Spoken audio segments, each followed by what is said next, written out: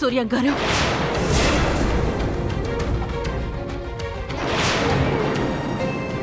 ఇంత రచ్చ జరిగాక ఇక మీరెవరో మేమెవరో?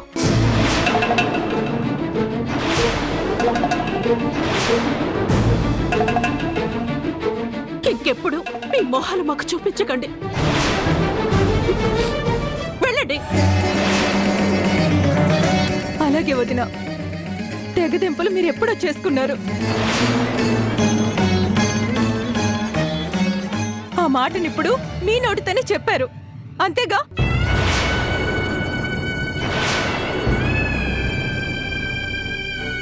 అన్యాయంగా నింద వేసి మా సీతని జైలుకు పంపించారు మీరు.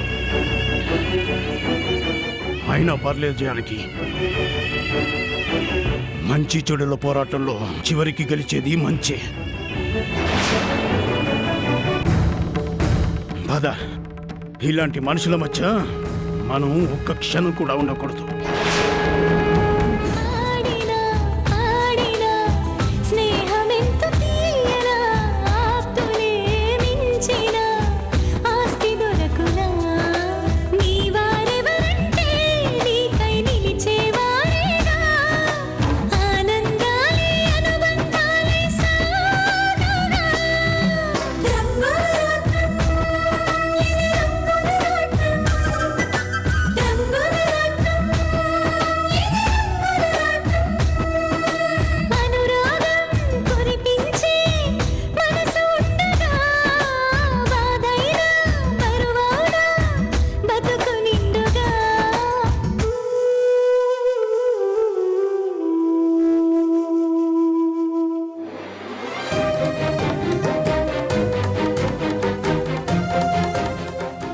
ఏమిటి బాబు ఈ అన్యాయం?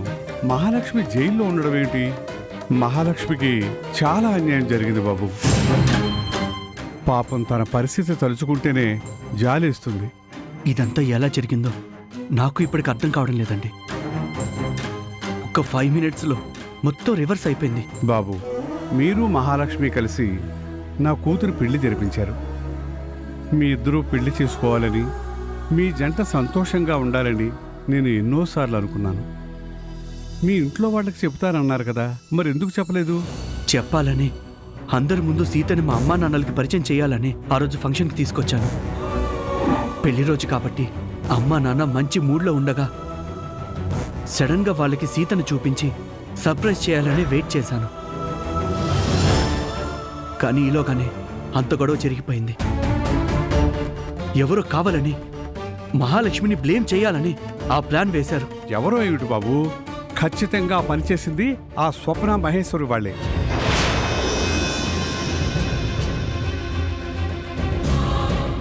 వాళ్ళ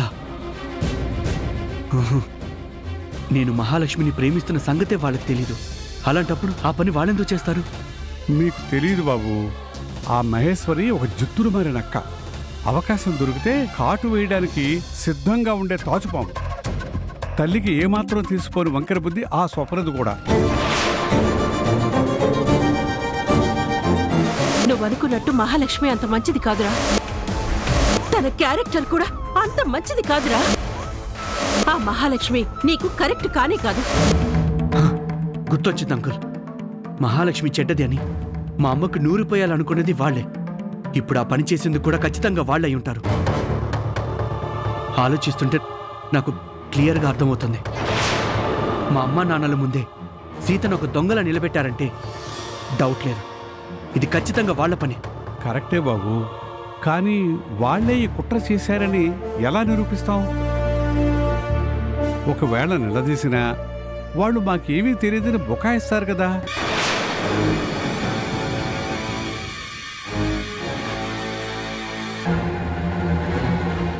ఏదైనా బలమైన ఆధారం దొరికితే తప్ప వాళ్ళ చేత నిజానికి అక్కించలేము.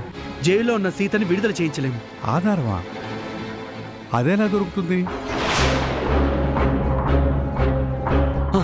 ఐడియా అంకుల్, మా అమ్మా నాన్నల మ్యారేజ్ డే ఫంక్షన్ చాలా గ్రాండ్గా జరిగింది. ఆ ఫంక్షన్కి చాలా మంది వీవీఐపీలు కూడా వచ్చారు. ఆ ఫంక్షన్ హాల్లో ఖచ్చితంగా సీసీ కెమెరాలు ఉండే ఉంటాయి. అమ్మ కోసం గిఫ్ట్గా ఇవ్వాలని మా నాన్న తెచ్చిన డైమండ్ నెక్లెస్ పోయింది అంటే పోయిన నెక్లెస్ మహాలక్ష్మి హ్యాండ్ బ్యాగ్లో దొరికిందంటే కావాలని అది ఎవరు చూడకుండా సైలెంట్గా చేసిన ఆ సీసీ కెమెరాలో మాత్రం రికార్డ్ అయ్యే ఉంటుంది. అంటే మీ నాన్నగారు డైమండ్ నెక్లెస్ ఉన్న బాక్స్ని ఎక్కడో ఒక చోట పెట్టినప్పుడు ఎంతో తెలివిగా ఆ నెక్లెస్ని కొట్టేశారనమాట. ఎస్, ఫంక్షన్ జరుగుతున్న స్టేజ్కి నాతో వచ్చిన మహాలక్ష్మి కూర్చున్న చోటికి మధ్య కొంచెం దూరమే ఉంది. అక్కడ మాయమైన నెక్లెస్ ఇక్కడి దాకా నడిచి వచ్చిందంటే ఆ సీసీ ఫుటేజ్ని చెక్ చేస్తే అసలు దొంగ ఎవరో తెలిసిపోతుంది. కరెక్టే బాబు, మీరు వెంటనే వెళ్ళి ఆ సాక్ష్యాన్ని సంపాదించండి. ఎస్, మహాలక్ష్మి నిర్దోషిగా నిరూపించే ప్రూఫ్ని ఇప్పుడే సంపాదిస్తాను. కుట్ర చేసిందెవరో బయట పెట్టి జైల్లో ఉన్న నా మహాలక్ష్మిని కాపాడుకుంటాను. కూర్చోండి.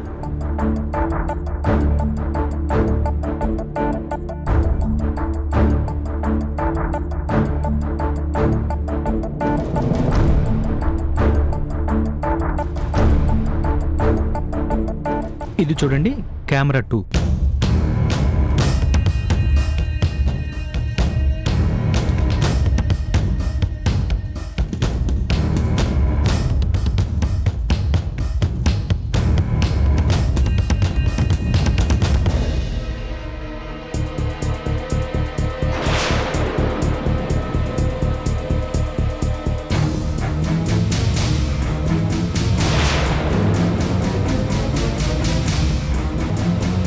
అది కాదు, ఇది చూపించండి. ఇవేవి కాదండి. ఎంట్రన్స్ బయట ఉన్న కెమెరా ఫుటేజ్ని చూపించండి. Okay sir, okay.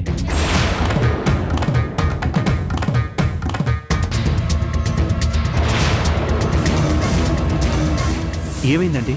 Sorry sir, function జరిగిన రోజు ఆ ఏరియాలో కెమెరా పనిచేసినట్లేదు. అదేంటండి, అన్ని కెమెరాస్ వర్క్ చేస్తుంటే అదొక్కటి ఎందుకు కవర్ చేయలేదు? ఏదో టెక్నికల్ ప్రాబ్లం అనుకుంటా సార్. చా, బయట వైపు ఇంకా ఏమైనా కెమెరాస్ ఉన్నాయా? ఎంట్రన్స్లో లెఫ్ట్ సైడ్ది పనిచేస్తుంది, బట్ రైట్ సైడ్ది ఆగిపోయినట్టుంది.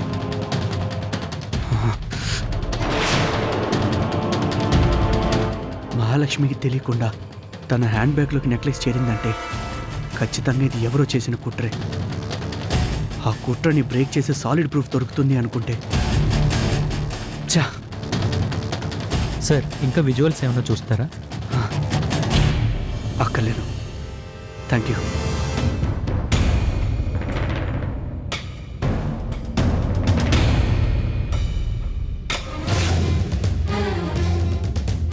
ఖచ్చితంగా సీత కూర్చున్న చోటుకి ఎవరో వెళ్ళుంటారు. సీత చూడకుండా వాళ్లే ఇంత దారుణాన్ని చేసుంటారు. ఎవరు? Who is that criminal?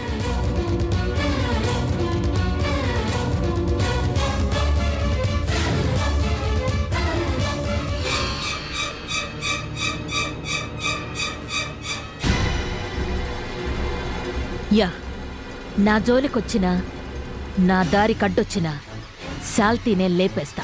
జాగ్రత్త. మేడం, అల్కాలియోలేట్. ఆశ, ఏమైంది? ఏమైంది అంత టెన్షన్గా ఉన్నావు? మేడం, మనం దొరికిపోతామేమోనని.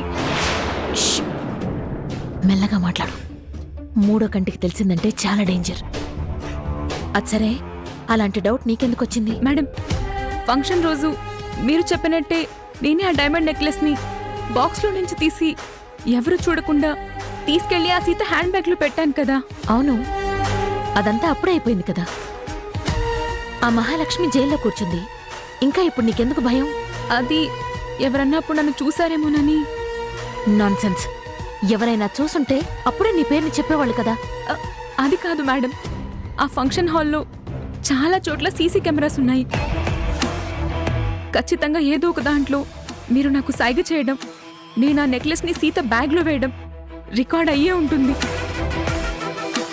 అదే గనక జరిగితే ట్రబుల్ మనకే కదా.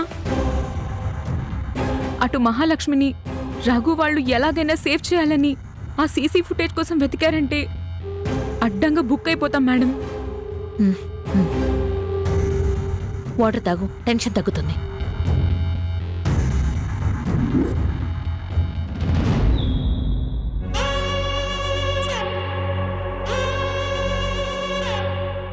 ఆశా, ప్లాన్ చేసింది ఎవరు? నేను. చేసింది నువ్వైనా చేయించింది నేనేగా. అంత తేలిగ్గా నిన్ను దొరకనిస్తానా? ఇంపాసిబుల్. నువ్వు దొరికితే నేను కూడా న్యూస్లో పడ్డట్టే. So just be cool. Okay madam, కానీ ఆ CC footage. Don't worry baby, అది నేను ముందే ప్లాన్ చేశాను. మహాలక్ష్మి హ్యాండ్ బ్యాగ్లో నువ్వు ఆ నెక్లెస్ వెయ్యక ముందే సీసీ కెమెరాస్ పనిచేయకుండా ఆఫ్ చేయించాను. Madam, yes. ఇప్పుడు ఎవరు వెళ్ళి ఆ సీసీ ఫుటేజ్ని చెక్ చేసినా గ్రాండ్గా జరిగిన ఫంక్షన్, పోలీసులు మహాలక్ష్మిని అరెస్ట్ చేయడం మాత్రమే రికార్డై కనిపిస్తుంది. సో మహాలక్ష్మి ఆ దొంగతనం చెయ్యలేదు అని నిరూపించే ప్రూఫ్ ఎవ్వరికీ ఎప్పటికీ దొరకదు. Thank god madam. No thanks ఈ మహీకి చెప్పు. నేను ప్లాన్ చేశాను అంటే అది 100% పర్ఫెక్ట్. థ్యాంక్ యూ మేడం, నిజంగా మీరు చాలా చాలా గ్రేట్. నేనే అనవసరంగా టెన్షన్ పడ్డాను. ASHA, you know something? నేరస్తులు దొరికిపోయేది ఆధారాల వల్ల మాత్రమే కాదు, ఇంట్రాగేషన్ టైంలో వాళ్ళ కళ్ళలో కనిపించే భయం వల్ల కూడా. సో నీ భయాన్ని పక్కన పెట్టి కామ్గా ఉండు. ఎట్టి పరిస్థితుల్లోనూ ఈ మ్యాటర్ లీక్ అవ్వడానికి వీల్లేదు. అర్థమైందా? Okay madam. వెళ్ళు.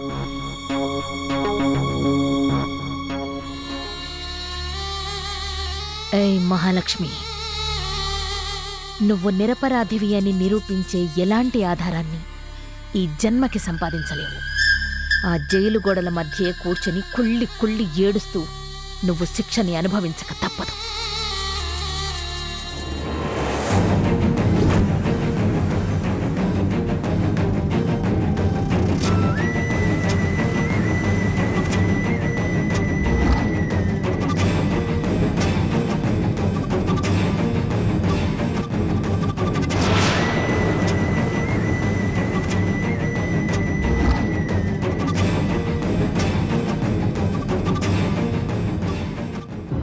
అంకుల్, ఇప్పుడు ఏం చేద్దామంటారు?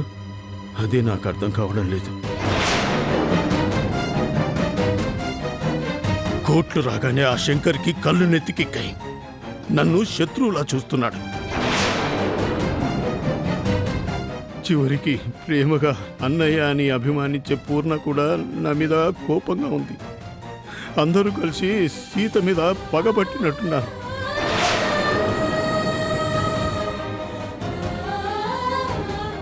వాళ్ళు ఎలాంటి మనుషులో మీకు ఇప్పటికైనా అర్థమైందా?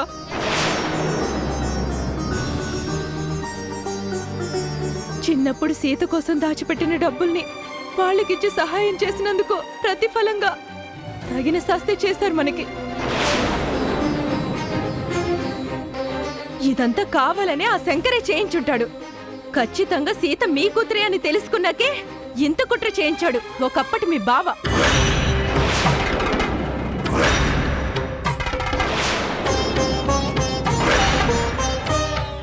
ఆగండి. ఇప్పుడు మనం ఆలోచించాల్సింది ఆ శంకర్ ప్రసాద్ గురించి కాదు, అన్యాయంగా అరెస్ట్ అయిన మహాలక్ష్మి గురించి. మహాలక్ష్మిని ఎలాగైనా విడిపించడం గురించి. అక్క, అది నువ్వనుకున్నంత ఈజీ కాదు. డబ్బు కమ్ముడిపోయిన ఆ ఇన్స్పెక్టర్ రూల్స్ అడ్డం పెట్టుకుని ఎంత నాటకం ఆడుతున్నాడో అర్థమైందిగా. నువ్వు చెప్పేది నిజమే. మహాలక్ష్మిని పోలీసులు కోర్టులో ప్రవేశపెట్టేలోగానే తను నిర్దోషి అని నిరూపించే బలమైన సాక్ష్యం మనకు కావాలి. లేకపోతే మన మహాలక్ష్మికి చెయ్యని నేరానికి శిక్ష పడక తప్పదు. అలా జరగడానికి వీల్లేదు మేడం. నా చిట్టి తల్లికి ఏమైనా జరిగితే నేను భరించలేను. ఒకవేళ అదే గనక జరిగితే నేను ఆ శంకర్ గారిని చంపి జైలుకి వెళ్ళడానికైనా సిద్ధమే.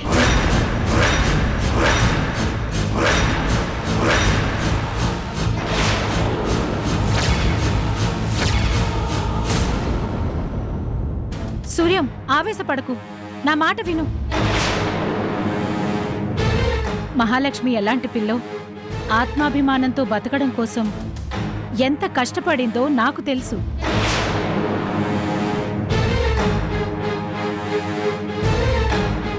తన ఈడు పిల్లలంతా సుఖంగా ఆడుతూ పాడుతూ ఉంటే తను మాత్రం పొద్దున్నే లేచి పాల ప్యాకెట్లు వేసేది.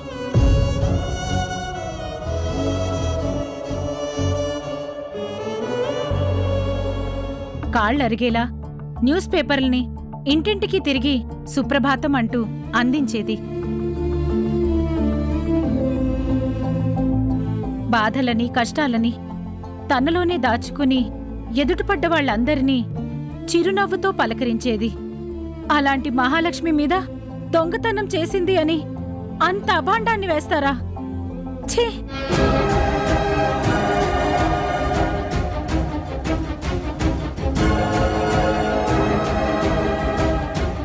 అక్క, సిచ్యువేషన్ ఇంత దాకా వచ్చాక మనమే ఏదో ఒకటి చేయాలి. చెప్పండి బాబు, ఏం చేయమంటారు? మా సీతను ఎలా కాపాడుకోవాలో చెప్పండి మేడం. చూడండి, చట్టాన్ని ఎదిరించి మనమేమీ చేయలేం. కేసు కోర్టు దాకా రాక తప్పదు అంటే మహాలక్ష్మి తరపున వాదించడానికి బాగా అనుభవం ఉన్న ఒక పెద్ద లాయర్తో నేనే మాట్లాడతాను. మోసం ఎలా జరిగిందో వివరించి కుట్రకోణాన్ని బయటపెట్టిస్తాను. ఆ శంకర్ మా సీత మీద ఇంత పగపడతాడని నేను అనుకోలేదు. ఆకలి విలువ కాలే కడుపుకి, ప్రేమ విలువ గాయపడ్డ మనసుకి, కన్నీటి విలువ నిజాయితీకి, మనిషి విలువ కష్టాల్లో ఉన్నవాడికి తెలుస్తుంది.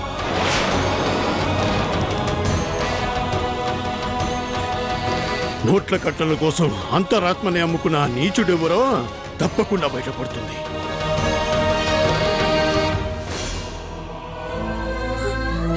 అప్పటిదాకా మన సీత కట్టుకట్టల్లోనే మగ్గిపోవాలా?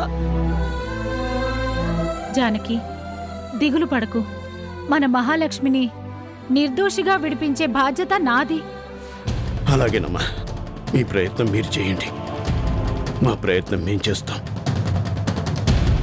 అవసరమైతే నా ప్రాణాలు అడ్డు పెట్టైనా సరే సీత ఎటువంటి తప్పు చేయలేదని నేను నిరూపిస్తాను.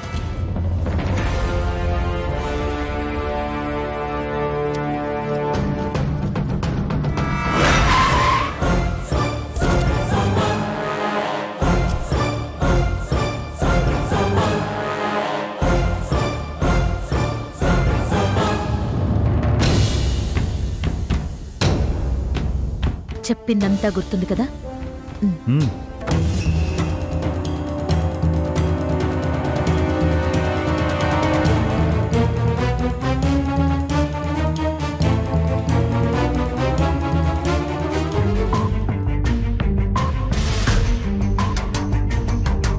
వదిన గారు, రండి, కూర్చోండి.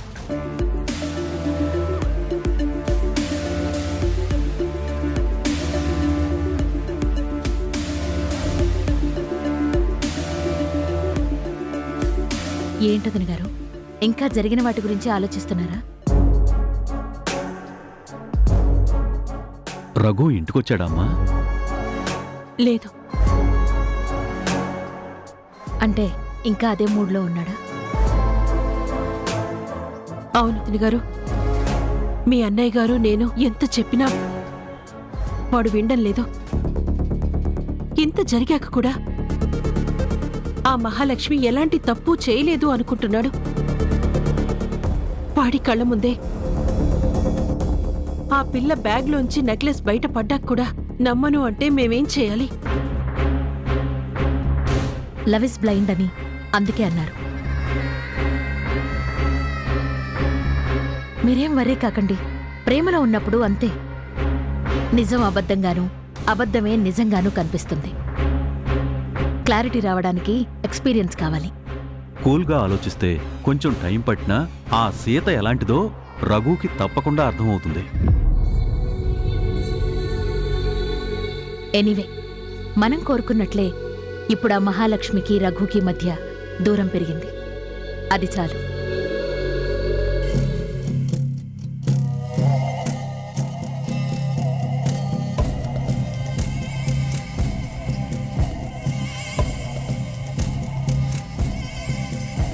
మీతో ఒక విషయం చెప్పాలి. ఆ మహాలక్ష్మి ఎవరో కాదు, మా సూర్యవన్నయ్య కూతురు.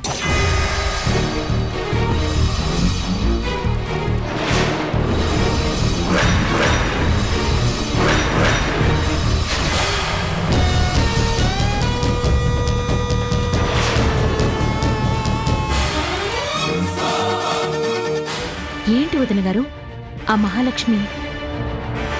అవును, తన పూర్తి పేరు సీతా మహాలక్ష్మి. ఇన్నాళ్ళు మహాలక్ష్మి అంటే ఎవరో అనుకున్నాను. సూర్యవన్నయ్య కూతురే అని రఘు చెప్పాకే నాకు నిజం తెలిసింది.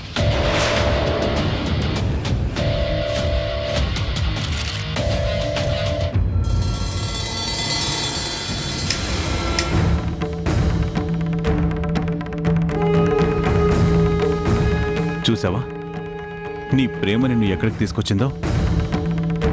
తల ఎత్తుకుని తిరిగే నిన్ను ఏ స్టేజ్కి దిగజార్చిందో? శంకర్ ప్రసాద్ గారు, ఆడపిల్లవి కదా, నిన్ను నా కొడుక్కి ఎరగా వేశాడు. మీ నాన్న ప్లాన్ ప్రకారమే నువ్వు ప్రేమ పేరుతో నా కొడుక్కి వల వేశావు. నువ్వే వాడిని ముగ్గులోకి దింపావు. ఆపండి. నన్ను ఏమైనా అనండి, మా నాన్ననంటే మాత్రం సహించేది లేదు.